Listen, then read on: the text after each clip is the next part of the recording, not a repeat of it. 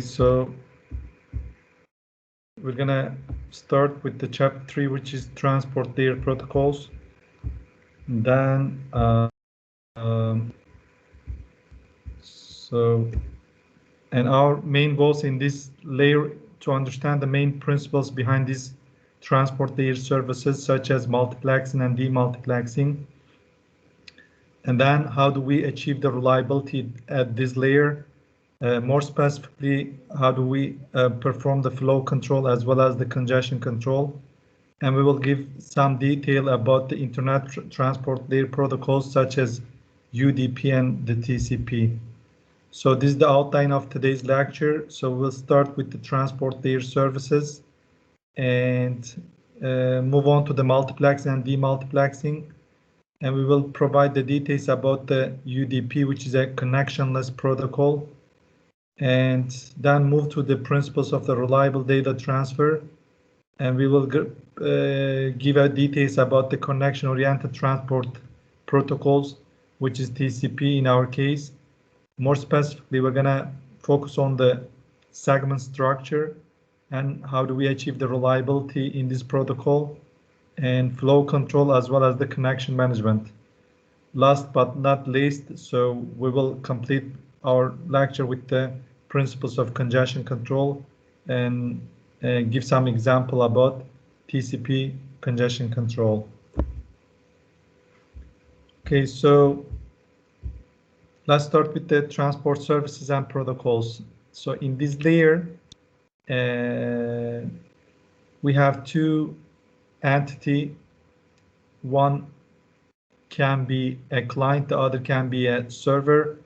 So this client and server, they talk to each other through the processes. So these transport services provide logical communication between the app processes running on these two entities, two different hosts, basically. So as you know, the transport protocols run in end system, not in the network core. So the sender side breaks the application messages in app layer into the segments and passes this to the network layer.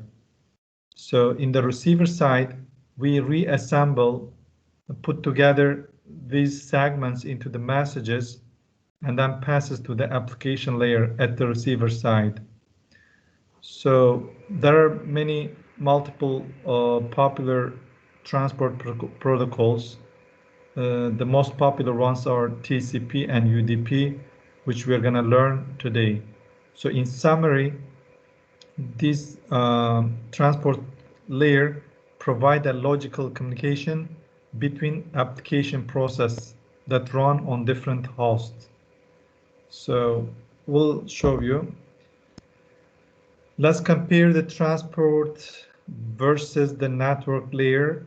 The network layer, in the network layer, we provide logical communication between hosts.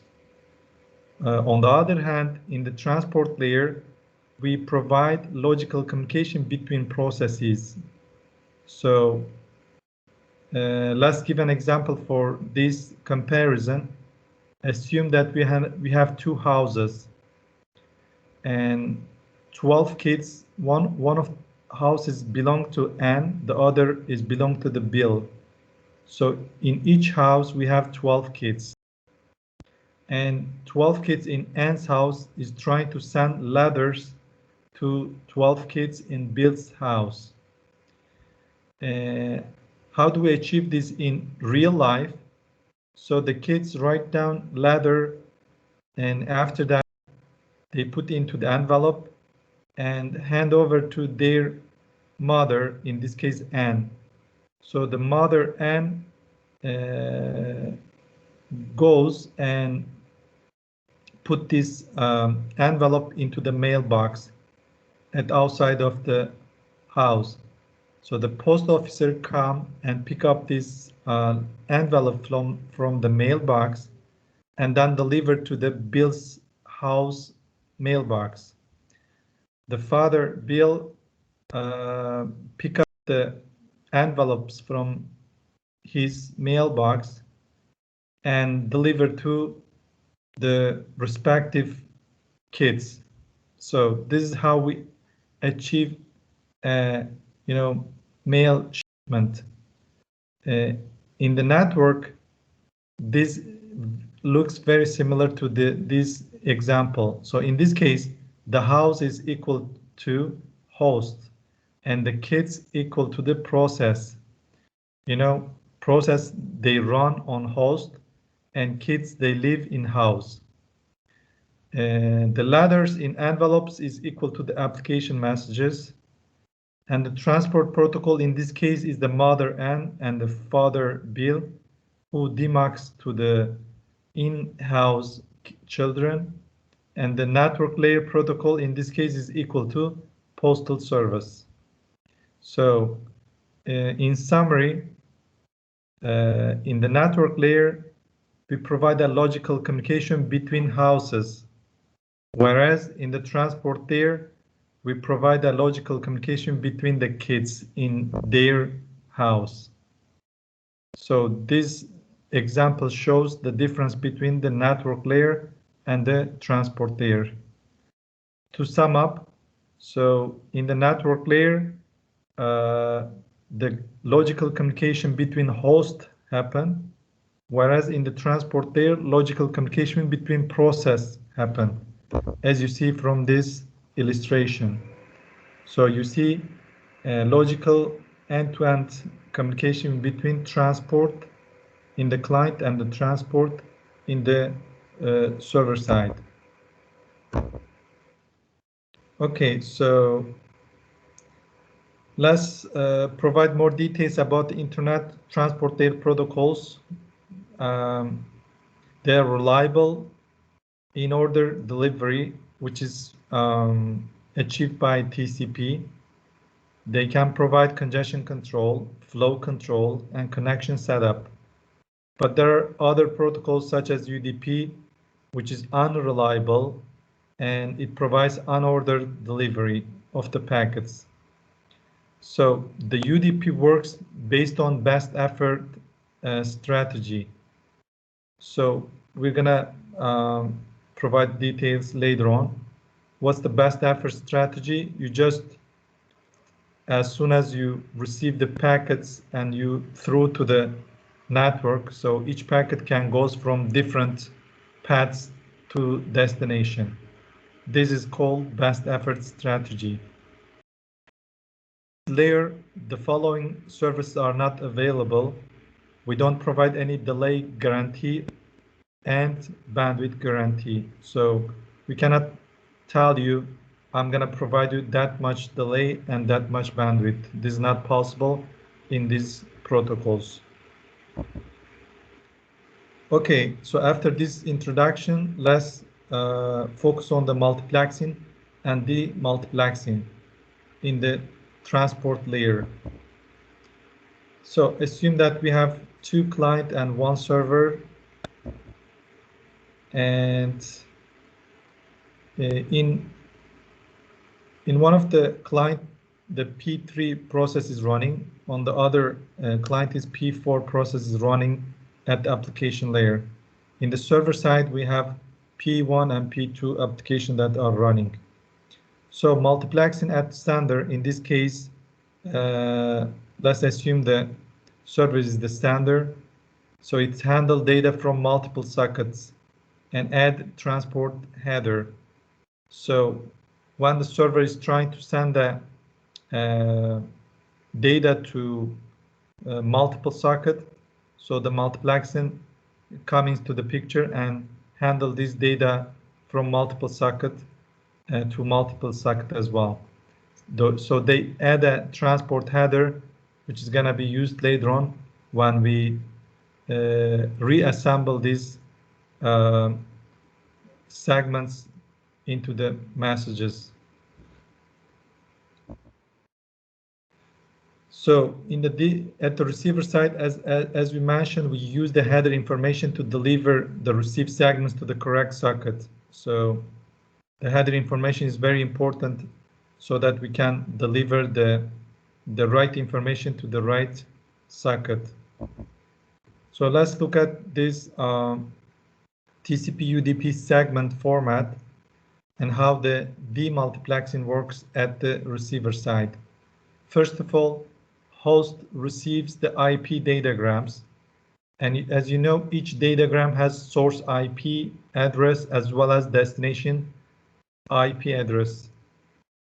And each datagram carries only single one transport layer segment, and each segment, as you see from this format, has a source port number as well as the destination port number.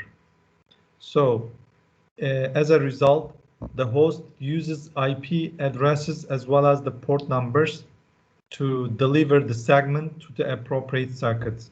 So the question, how do we know which socket that we're going to deliver segments? So we need a piece of information, which are the IP address and the port numbers, so that we can deliver the segment to the appropriate socket. So, which we call process ID. So process ID is equal to IP address plus the port number. So let's look at this in case of UDP, which is a connectionless demultiplexing protocol. So the one host receives UDP segment, it checks the destination port number here, remember? It checks this destination port number in segment, and it delivers this UDP segment to the socket with that port number. So the IP datagrams with same destination port number but different source IP addresses or source port numbers will be directed to the same socket at destination. So, you know, this can be a case that you can receive multiple segments from different sources to the same destination port. And there are many such scenarios that you can increase the list of such scenarios. So let's give an example about the connectionless demultiplexing. Assume that we have, again, one server and two clients, and so this client has a socket number of, the port number of 9157, and the server has a 6428, and this client has a 5775 socket. Each of them is running a respective process on the application layer. So let's assume that this client wants to send a datagram to server, and the header information is gonna look like as follows. The source port number is gonna be 9157, and the destination port is gonna be 6428, as you see. So assume that server is responding back to the client, this client. Now the header information is going to consist of the following information. Now the source port number changed, becomes 6428 because the server now is the source, and the destination port now becomes 9157 because in this case the client is the destination. Similarly, you can do some homework, like if server is trying to send a datagram to this P4 process, so the source port number is going to be 6428, right? And the destination port is going to be 5775. And if the client is responding back to the server, now the source port number is going to be 5775, and the destination port is going to be 6428. So that was the connectionless demultiplexing for the UDP. Now let's look at the connection-oriented demultiplexing for TCP. For TCP socket, in order to be identified, we need the following 4 values: the source IP address, the source port number, destination IP address, and destination port number. So we need these 4 pieces of information in order to identify TCP socket. So how the DMAX works here, similar way to the previous protocol, DMAX, the receiver uses all the above 4 values: source IP, source port number, destination IP address, destination port number, to direct the segment to the right socket. Okay, so the receiver is going to use the above 4 values in order to deliver the segment to the appropriate socket. So the server host may support many simultaneous TP sockets, which is possible. So, and as we mentioned, each socket is identified by its own 4 values, which are the source IP, source port number, destination IP address, and destination port number. So, for example, the web servers have different sockets for each connecting client. And more specifically, non-persistent HTTP will have different socket for each request. So it will open a connection, TCP connection, and each whenever it open a new connection, it may have different socket for each connection setup.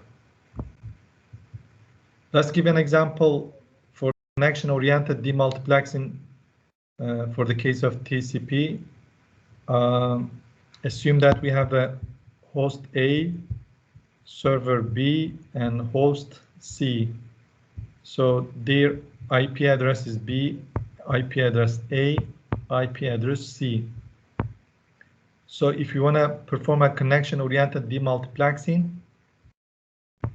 let's assume that the server is going to send a datagram to host A.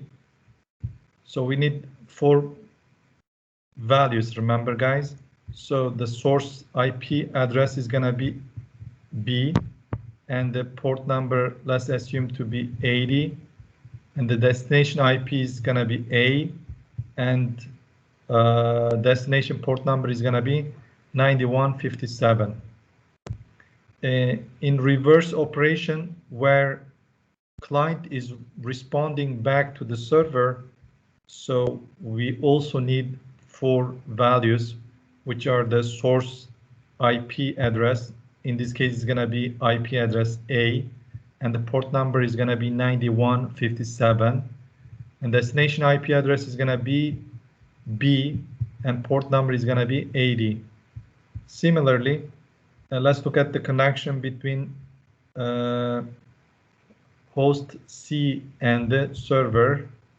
So if the host C is going to send a datagram to the server, the source IP address is going to be C, and the port number is 5775.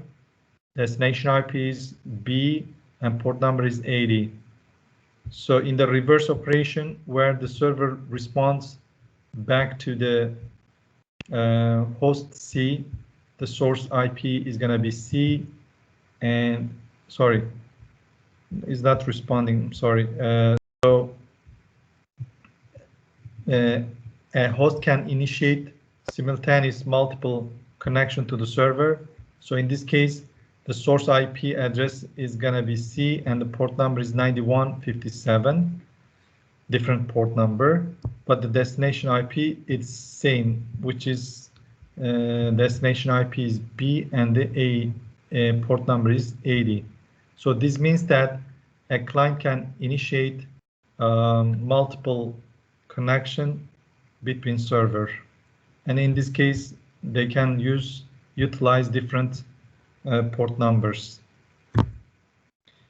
As you see, the 3 segments, in this case 1, 2, 3, from 2 clients, 2 from host C and 1 from host A are destined to the IP address B, but the destination port is 80. So we need to handle these 3 simultaneous connection that comes from the different clients.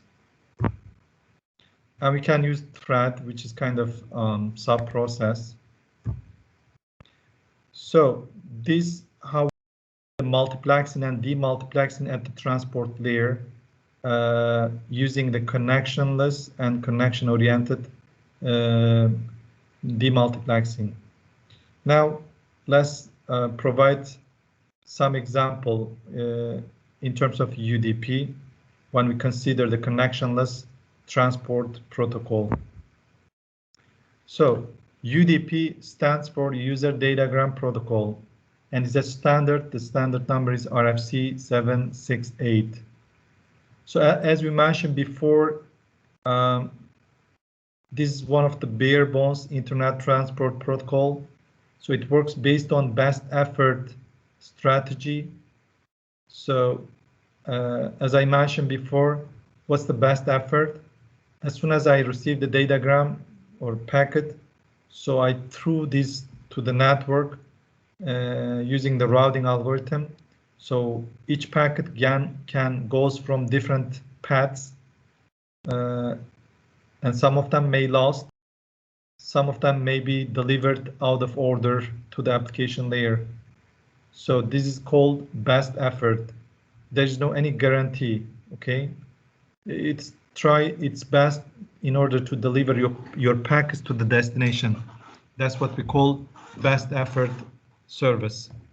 So in this case, because it's based on best effort, the UDP segments may be lost on their way.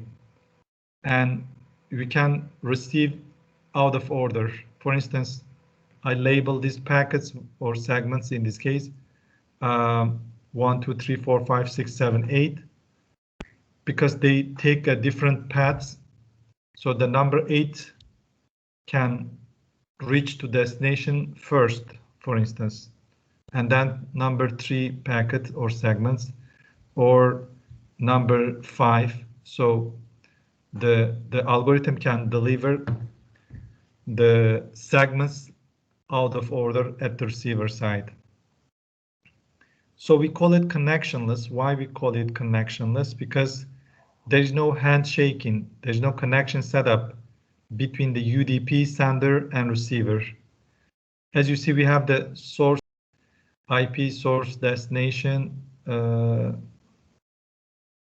and the port numbers. So based on this information, we don't set up any specific kind of connection between the UDP sender and receiver. We just blast away all these segments to the network. So in summary, there is no handshaking, no connection set up between UDP sender and the receiver in this protocol. So each UDP segment is handled independently. So we handle each of these, we break into the segment, as you know, and each of these segments are handled independently, and they can take a different path to reach to the destination. So where we use this UDP, they are preferred for the multimedia, streaming multimedia applications like video conference and voice communication and so on. Why? Because this kind of application are loss tolerant and rate sensitive. So that's why UDP is preferred for such applications, which we're gonna see some details later on. So if one of the packet is lost, no problem. In case of video conferencing, maybe one of the pixel may not be appeared in the display, which is okay as soon as you see the big. And another application where we use the UDPs, the DNS, remember from last week, last lecture, and is a domain name system. we use the UDP. Another application of UDP is the SNMP, is a simple network management protocol where we use in email applications. So how do we achieve reliability in this UDP? Well, we add a reliability at the application layer, and there are some application-specific error recovery methods. So with this method, we can add some reliability in order to achieve reliable data transfer using the UDP.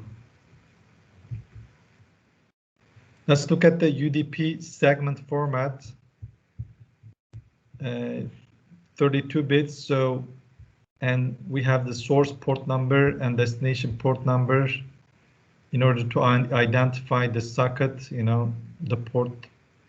And we have the length, and the units is going to be bytes, including the header information. And we have the checksum, internet checksum for error detection, which we're going to see later on. And we have the application data in the payload. So as you see, there are some advantages and disadvantages of this UDP. So why we use UDP despite these disadvantages or some advantages? Because it's a connectionless protocol. That means there's no connection establishment. So we don't set up any connection, which can be very fast in this case compared to the connection-oriented protocol.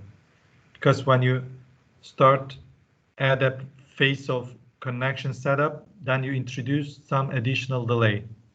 So that's why UDP doesn't introduce any such delay for the connection.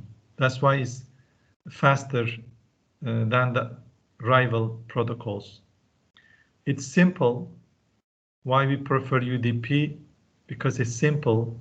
No connection state. We don't keep connection state at the sender, either at receiver. And it has a small header size, as you see, compared to the TCP and other protocols. So that's why you use a lot of most of the payload for the data information. You only consume small amount of size for the header information. So less header size, more data. And then there is no congestion control. So as soon as you receive these segments, UDP segments, you just through the network, and then so that these segments can be delivered as fast as you desire. So because of these four advantages, let's say, or plus, so we prefer to UDP in some applications such as the multimedia applications. Okay, one of the field in this header, UDP header, is the checksum. What's the checksum? So UDP checksum, the main goal in this method is we try to detect the bit errors in transmitted segments. So what's the error? How do we define the error? Bit error is defined as follows. So all your information, including the voice, video, text, and so on, all are represented in binary format, right? That means your information is converted into bit 1 or bit 0. So eventually we transmit bit 1 or bit 0. So assume that there are two types of error. If you transmit bit 1 and receive bit 0 due to some errors, so your bit is changed. The second type of error is if you transmit bit 0 and you receive bit 1 at the receiver side due to some source of error that we're going to learn later on. So these are the two types of bit errors. And the main objective of this checksum is try to detect these bit errors. How do we achieve? Let's look at together. This checksum mechanism works as follows. At the sender side, we treat the segment contents, including the header fields, as sequence of 16-bit integers. So we have 16-bit integer sequence. And the checksum, how do we apply the checksum? Is basically the addition of segment contents. And then sender puts this checksum value into the UDP checksum field that you see from here. So we calculate the checksum and we put this checksum value into the UDP checksum field. And then we transmit along with the payload. At the receiver side, we receive this information or signal, and then we compute the checksum of the received segment. We compute our own checksum value from the received segment. And we compare if the computed checksum, the checksum value that we computed is equal to the checksum field value.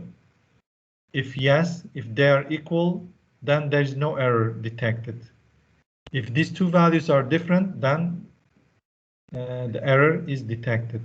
So there's an error in our information. So we're gonna learn the details of this checksum in later chapter. Let's give an example about internet checksum. We said that we have 16-bit integers. One of them is this, the other is this. We add them up. 0 plus 1 is 1, 1 plus 0 is 1, 1 plus 1 is 0, and we have 1, 0 plus 0, and we had 1, 0 plus 1, 1 plus 0, and so on. So you do all this summation. At the end, you may have a wrap around, which is 1. So if you have an additional, if you have a carry out from the most significant bits, you need to add this to the result. We add this 1 to this result. So 1 plus 1 is 0. 1, 1 plus 1 is 0. We have 1, 0 plus 1, 1, and so on. So this is the result, which is the sum. But we obtain the checksum, the complement of this result. What's the complement? Complement of 0 is 1, complement of 0 is 1, complement of 1 is 0, and so on.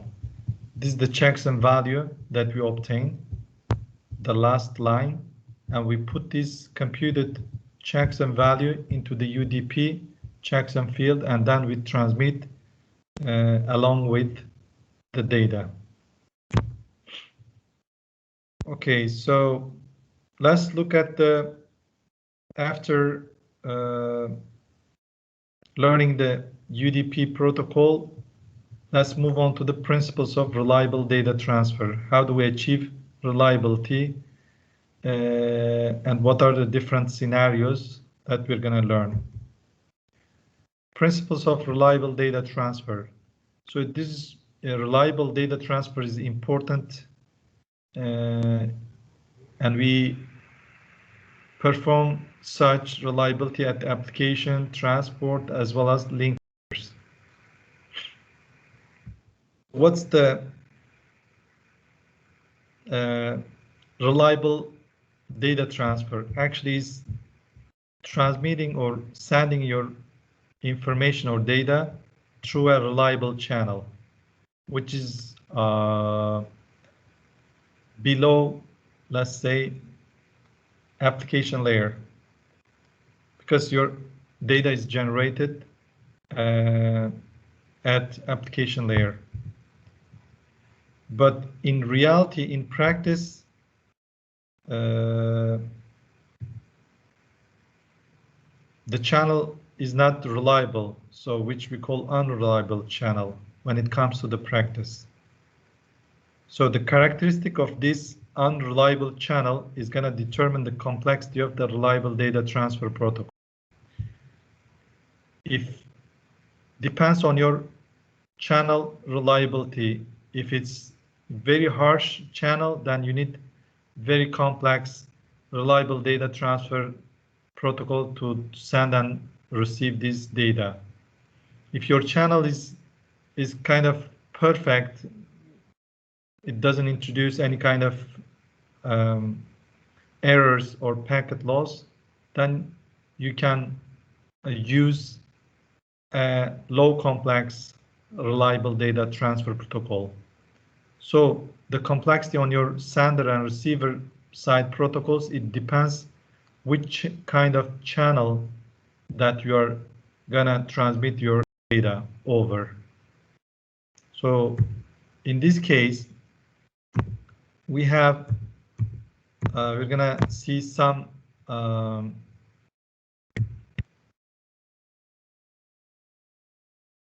different type of reliable channel. The first one is RDT 1.0. So this is a perfect case where the underlying channel is perfectly reliable. What do we mean by perfectly reliable? It doesn't introduce any bit errors. It doesn't lost any packets. So it's perfect channel basically. So that's why you don't have to use kind of very complex reliable data transfer protocol. So we explain this kind of reliable data transfer using the finite state machines, which I'm gonna skip in this case. Okay, so the first one is perfect. So as you know, in the perfect case, as we mentioned, you don't have to use very complex reliable data transfer protocol. But the second type, let's introduce more on to the channel, and we call it RDT 2.0. So let's start to introduce some errors, because there are different sorts of kind of errors and loss. So the first one is RDT 2.0. In other words, the channel only with bit errors. So the underlying channel is gonna only change the bits in the packet. It doesn't have any kind of lost packet, okay? There's no lost packet, but there's a bit errors in this channel. The question is how to recover from errors. Of course, we use the internet checksum that what we just learned in the previous slide in the UDP, remember? So we use the checksum to detect these bit errors, but still the remaining question is how to recover from errors. Okay, you detect the errors, but how are you gonna recover these errors? Before going to the network solution, let's look at, you know, these kind of errors can happen in our daily lives for the human beings. So the question is, how do humans recover from errors during the conversation? So assume that you are talking to your mother on the phone and the channel somehow get distorted, so you didn't understand your mother. So how do you recover, you know, this voice? You can ask your mother to repeat, right? For instance, I didn't understand, and because the phone line was cutting, so that's why you ask your mother to repeat the previous sentence, right? This is one way to recover the errors during the conversation when you have a problem. So it's similar in the network. So if you have a channel with bit errors, which is RDT 2.0, we use the checksum to detect the bit errors. Okay, we detect it and we say that there's a bit errors, but how we're gonna recover this error or correct these errors? There are some ways, so different options. One of them is the acknowledgement X. So the receiver explicitly tells the sender that the packet received is okay, right? Or it can sell negative acknowledgement. Receiver explicitly tells that sender that packet had errors. So in the human being conversation, remember you were talking to your mother and some kind of line get distorted and you didn't understand your mother. So you can say either that I heard your voice, or you can say I didn't understand your previous sentence, which is the negative acknowledgement. Can you please repeat, right? So similar scenario in the network. So when you receive a next, which is negative acknowledgement, so the sender is going to retransmit packet on receipt of the NAC. So if your mother said, if you tell your mother that I didn't understand your voice, and your mother is going to retransmit or re-say the same word that you missed, right? So in the network, we use the similar method. So we ask the sender to retransmit or by telling the NAC. So that once the sender received the NAC, it retransmit the packet that is with the error. So in summary, compared to the RDT 1.0 in the previous slide, which was the perfect case, no errors, no packet loss, we don't have to do anything. But when we have the bit errors, we need a bit error detection algorithm such as checksum to detect the error. That's not enough. After that, we need to correct these errors. We can use some feedback, such as the control messages. Either it can be acknowledgement, positive acknowledgement, in other words, or negative acknowledgement, from receiver to sender to explicitly tell us what to do. So whether the packet received is okay or the packet received had an error. In such case, the sender is going to react by retransmission of that packet. This is the finite state machine illustration of this mechanism that just I mentioned. I'm skipping this part.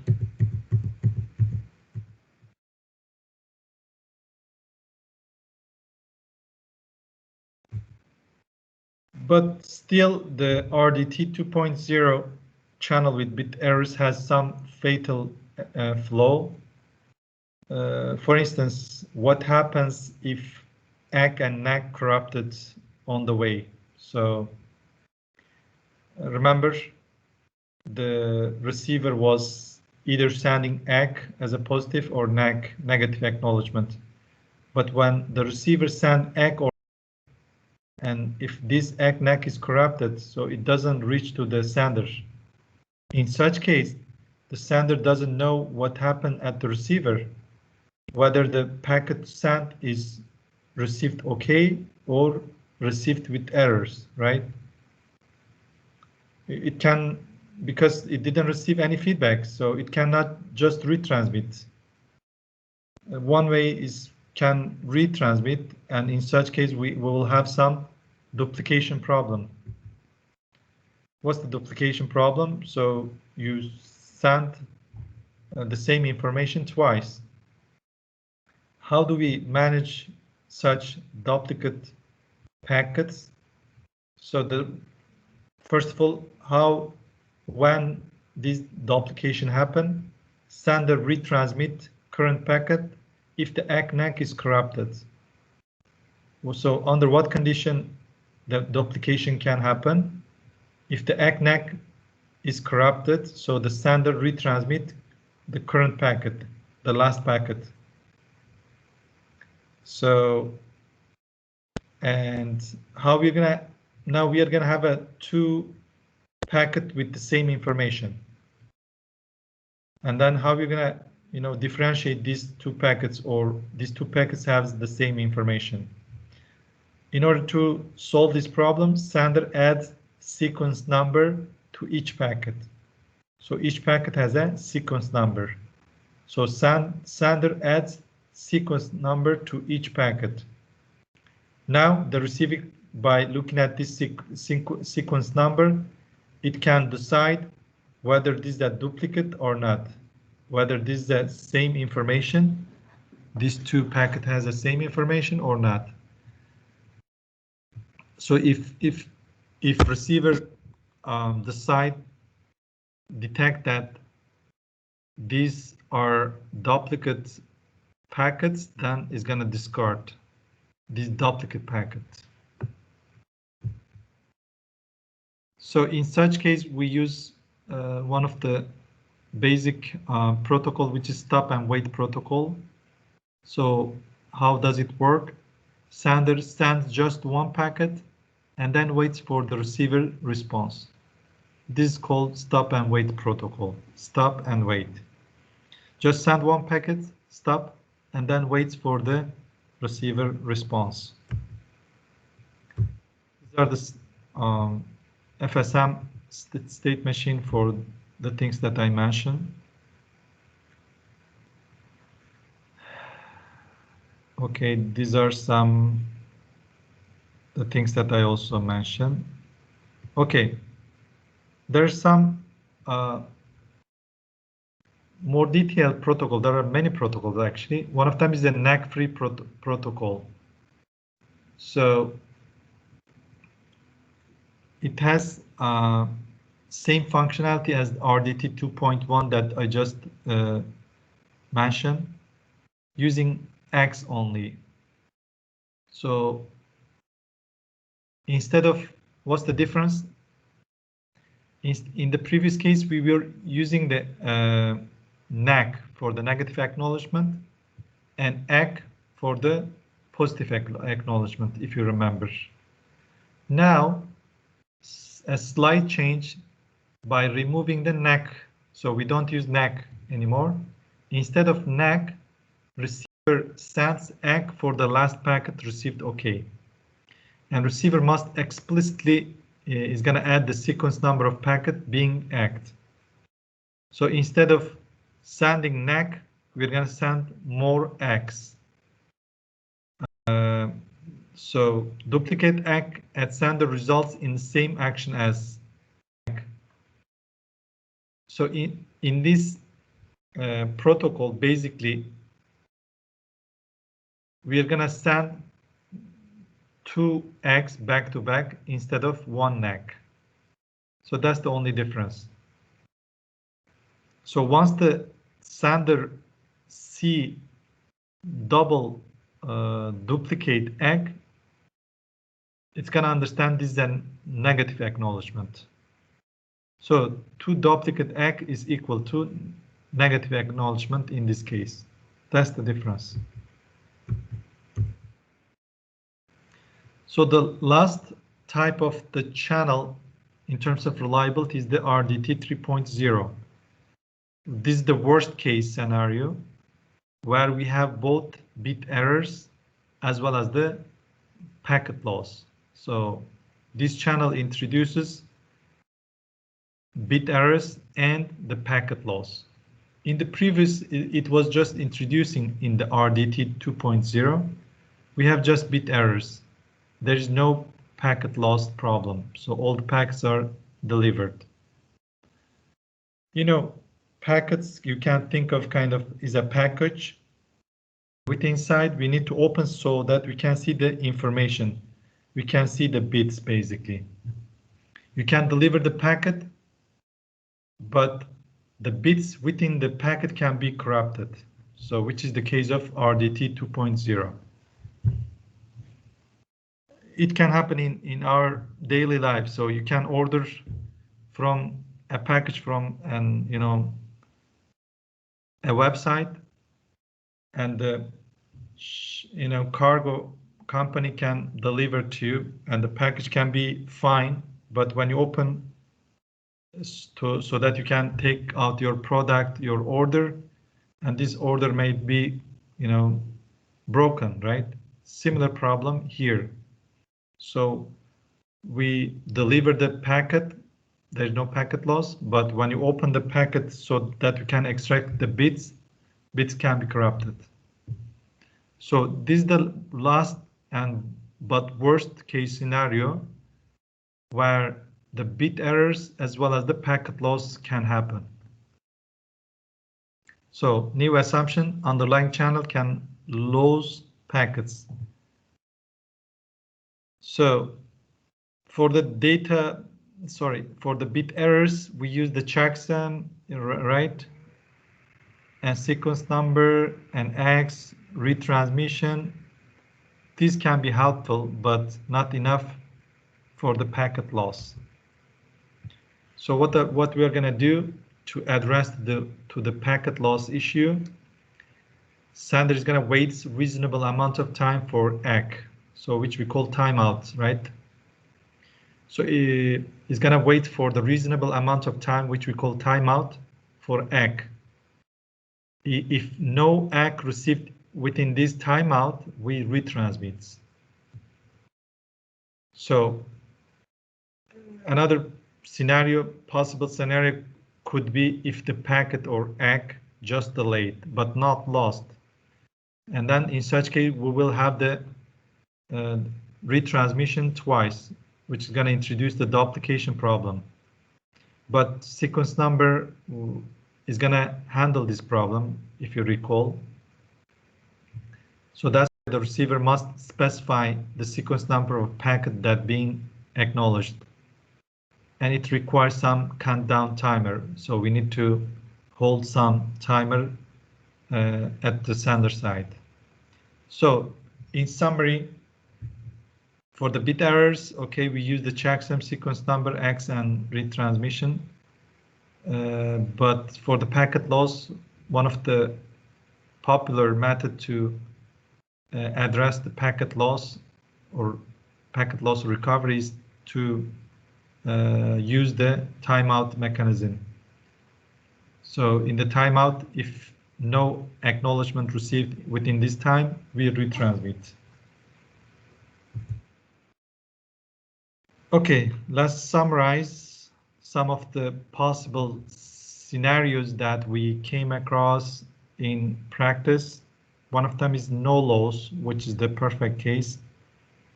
So the sender is going to send packet 0 and receive packet 0 successfully. Then it send an acknowledgement X0 and then sender receive X0. And then once we receive X0, the sender start to packet 1 and receive packet 1 successfully, send X1 and we receive X1 at the sender. Then we send packet 0 and then get X0. This is called alternating bit protocol. So the sequence number is 0, 1, 0, 1. That's why we call alternating bit protocol. So second scenario which can happen in practice is the packet loss scenario. So assume that I send the packet 0 and then receive successfully, and then receiver is going to respond X0, and then I receive X0 successfully. Then once we are done with the packet 0, I start to send a packet 1, but for some reason, due to some error, packet 1 is lost during the transmission. And we start the timer. So within the timeout, if you don't receive any acknowledgement, we resend the packet 1 and so on. So this is how we use the timeout mechanism in order to recover the packet loss. Egg loss, acknowledgement can be lost. Let's look at that scenario. I send the packet 0 and received successfully, but then I send the packet 1 and receive packet 1 successfully, but when the receiver send an egg 1, the acknowledgement 1 is lost during the transmission. So remember that when the sender sends the packet 1, it starts the timer and it waits for the timeout amount. If you don't receive the ACK1 during this timeout period, it resends the packet 1.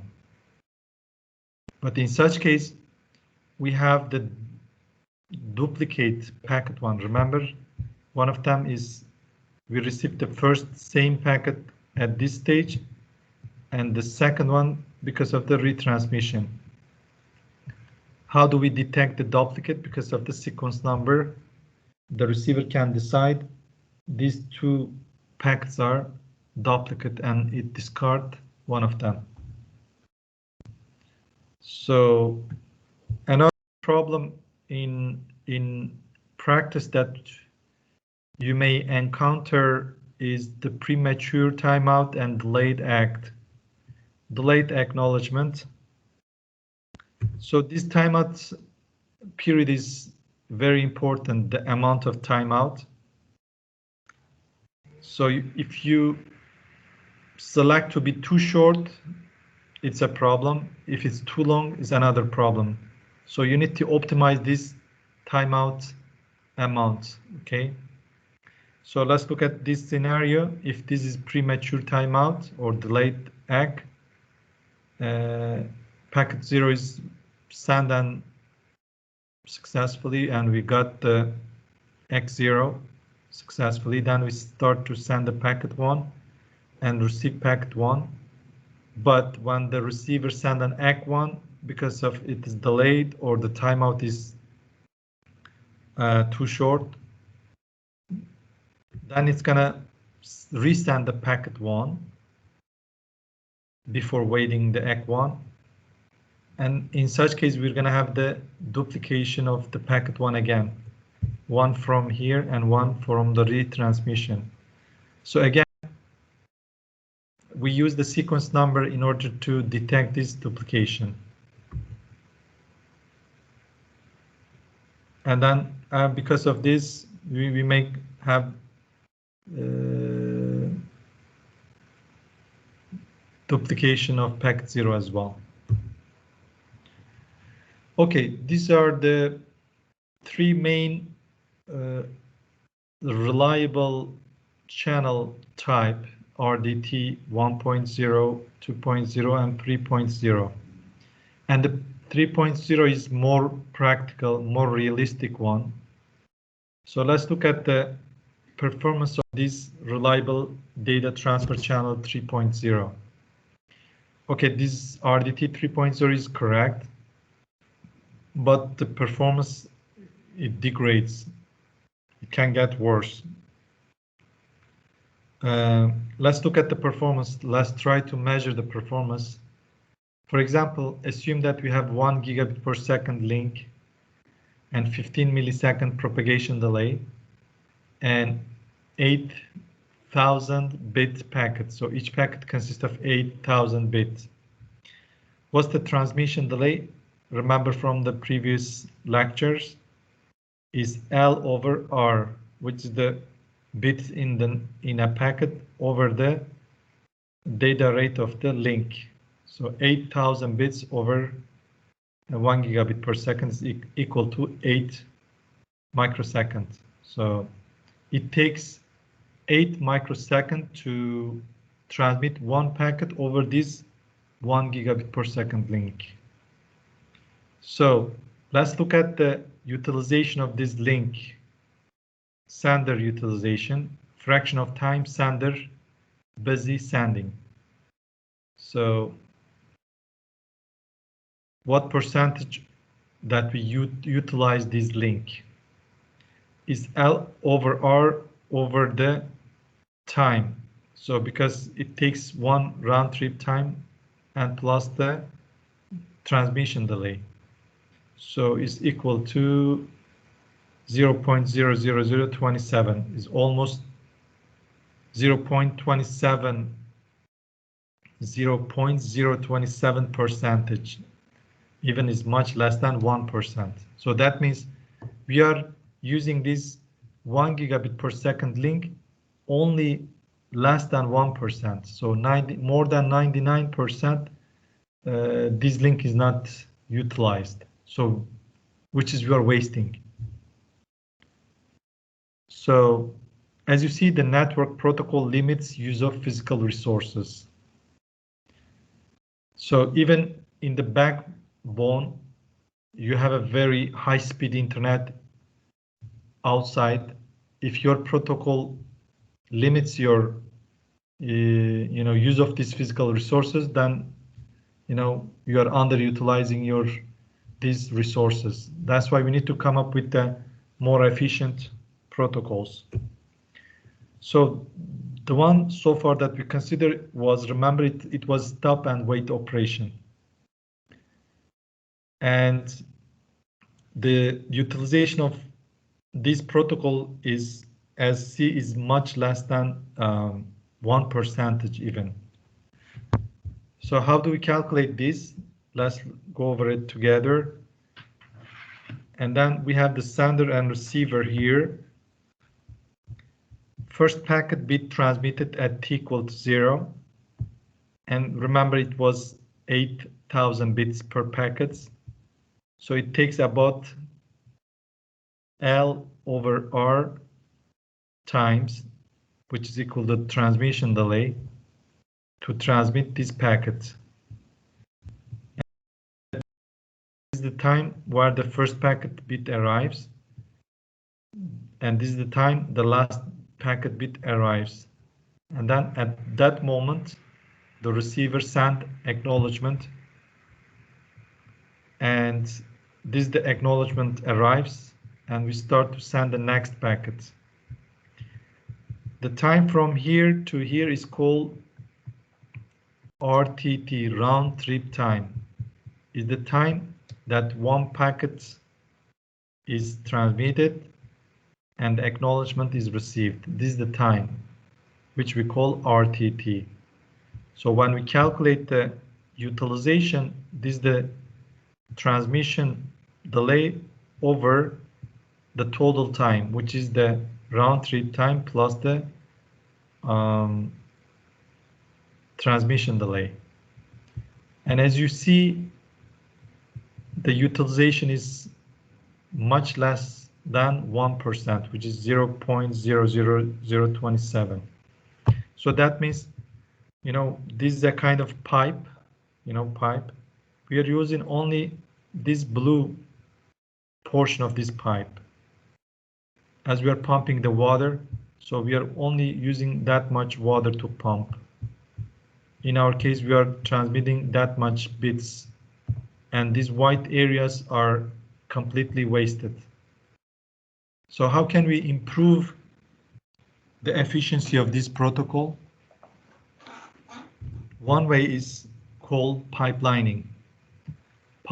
Pipeline protocols. So how can we make these white areas more blue? One method is to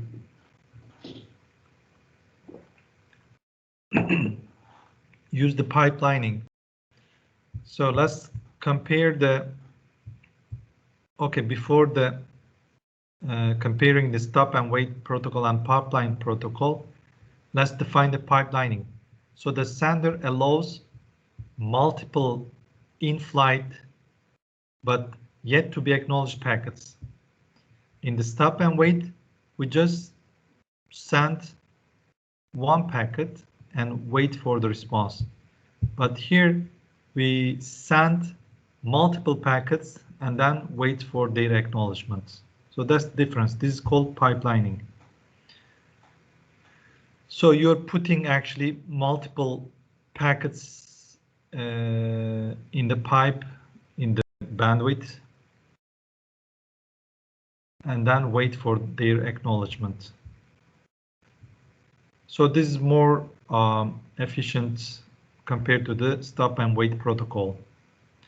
So there are two generic popular forms of pipeline protocols.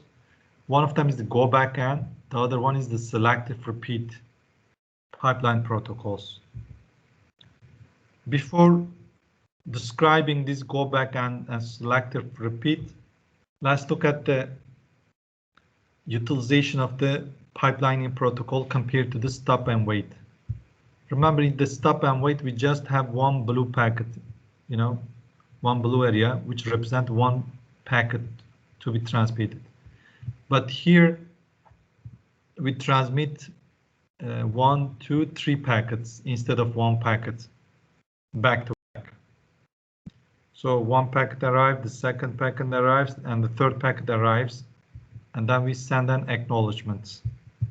As you see, within this time period, we transmit 3 packets instead of 1 packet, and it increased the utilization by factor of 3. So it was 0.027. Now in this case it's 0.00081.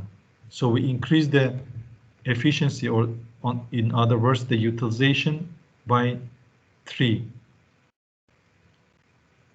times. So this how it shows how the pipelining can increase your bandwidth utilization.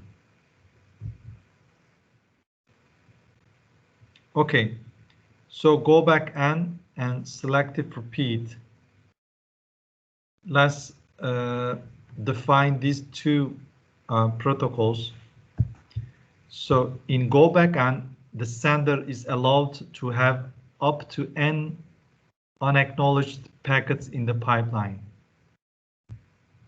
The main difference is receiver only sends a cumulative ACK that we're going to see shortly. Receiver only sends cumulative ACK. So it doesn't acknowledgement packet if there's a gap. It has to wait all this packet to arrive, then send a cumulative acknowledgement. And the sender has a timer for oldest unacknowledged. When timer expires, it retransmit all unacknowledged packets. So if you look at the selector fit, what are the difference? The first item is same, so sender can have up to n unacknowledged packets in the pipeline. This is the main difference. So in the go back and, receiver only sends cumulative ACK, but in the selective repeat, as the name implies, receiver sends individual ACK for each packet. It doesn't wait for the others. So the sender also maintains timer for each unacked packet. Remember, in go back and protocol, sender has timer for oldest one, but here sender keep timer for each unacked packet. So when timer expires, it retransmit only that unacknowledged packet. Whereas in this case, it transmit all unacked packets cumulatively. So these are the main difference between go back and selective repeat. Now let's go to the detail of the go back and protocol from the sender perspective. So this is our window size. Remember the number of packet that we can transmit in the pipeline, and we have a sender base, and we have the next sequence number. We have the color code here. The green packets are already ACKed packets. The yellow one are sent but not yet acknowledged, and the blue packets are usable but not yet sent, and the white packets are not usable. So this is how it's from the sender's perspective. So as we transmit one packet cumulatively successfully, we slide this window to the right. Let's look at the detail of this go backend protocol. Assume that we have, in this case, is 9 packets starting from 0 up to 8. And the window size, in this case, the capital N is equal to 4. So our window size is this blue from 0 to 1 to 3. So at the sender side, we send the first packet, which is packet 0 in the blue. And assume that we receive packet 0 successfully and send X successfully. Okay. And then we send the packet 1 back to back, packet 2 and packet 3. Remember, in the pipeline, we send 4 packets back to back. So the packet 1 is received successfully and we send the ACK1 successfully. But for some reason, some errors, we send the packet 2, but it's lost. So, and then we receive the packet 3. Because of we detect the loss, we discard the ACK1. Okay. Because we detect here that packet 2 is lost.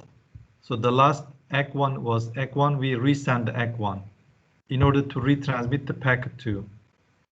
So resend ACK1. And then we receive the packet 4 and packet 5. We discard this receive packet 5 and 4. And we keep sending ACK1 for each this received packet 1 because the packet 2 is lost. So, and remember, for the packet loss, we were using the timeout mechanism. So when the sender send a packet to it, start the timer and wait for this timeout, packet 2 timeout. So if you don't receive ACK2 during this timeout, so it's gonna send all these remaining packets 2, 3, 4, 5 cumulatively, remember. So it retransmit this packet 2, packet 3, packet 4, packet 5, and assume that it received packet 2, packet 3, packet 4, packet 5 successfully. So as soon as it received the packet 2, it sent ACK2, ACK3, ACK4, and ACK5. So as you see, in summary, in this go back and protocol, if a packet is lost, it hold the other packet, okay? Until all these packets are delivered successfully, it's gonna hold, it's not gonna send the ACK even though the packet 3, 4, 5 are received successfully. So that's why it's called go back and protocol. So we already discussed about this. Let's summarize again. Selective repeat protocols, the receiver individually acknowledges all correctly received packets compared to the go back and protocol. It buffers packets as needed for eventual in-order delivery to upper layer. Sender only resends packets for which ACK not received. If we don't receive any ACK, we just only resend that packets. So sender timer for each unacked packet. We hold the timer for each unacked packet. Let's look at visually how the selective repeat protocol works from the sender and receiver perspective. Similarly, we have color code here. So the white one are not usable. The green are already ACKed. As you see, is a selective, it's not cumulative compared to the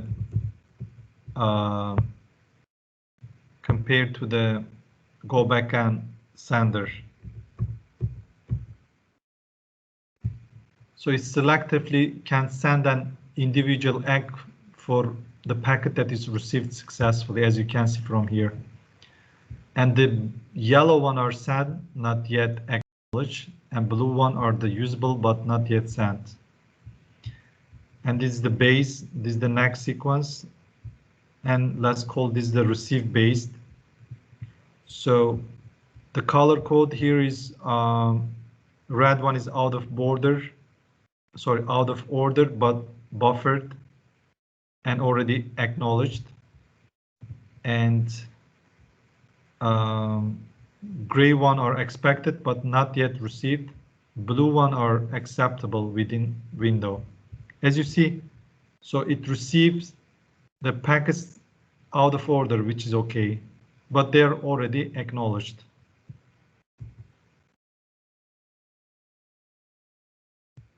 So let's look at the timing diagram for the selective repeat for the same example that we have for go back and in order to compare the performance. So again, we have the 9 packets and the window size is 4. So we start to send packet 01, receive successfully, but the packet 2 is lost. So, and then we, as you see, we send the packet 3 and receive packet 3, and we buffer. We don't discard like in case of go back and, remember? Because this is gonna cumulatively send and acknowledge, it discard. But here we send individual acknowledgement. That's why we buffer it and we said acknowledge, send the ACK3. And then we receive packet 4, buffer and send ACK4. And we receive packet 5, buffer and send ACK5. And it holds the timeout starting during the packet 2 transition. When the timeout happens, it's gonna retransmit the packet 2. So we receive the packet 2. We already buffer all these previous packet 3, 4, 5, and then deliver packet 2, 3, 4, 5, 2, 3, 4, 5, and send ACK2. So in the previous case, remember, we discard all these previous packets, we don't buffer, and we keep sending ACK1. And we retransmit all these packet 2. This is one of the main disadvantage of go back and protocol, because you're wasting the pipeline, the bandwidth, with this unnecessary duplicate kind of retransmission of packet 3, 4, and 5. You can see. But in selective repeat, once we receive any packet, we just buffer, we don't discard. So that's why we don't need to retransmit this buffered packet, which is going to improve the utilization. These are some more detailed problems. So, okay, so let's have some break.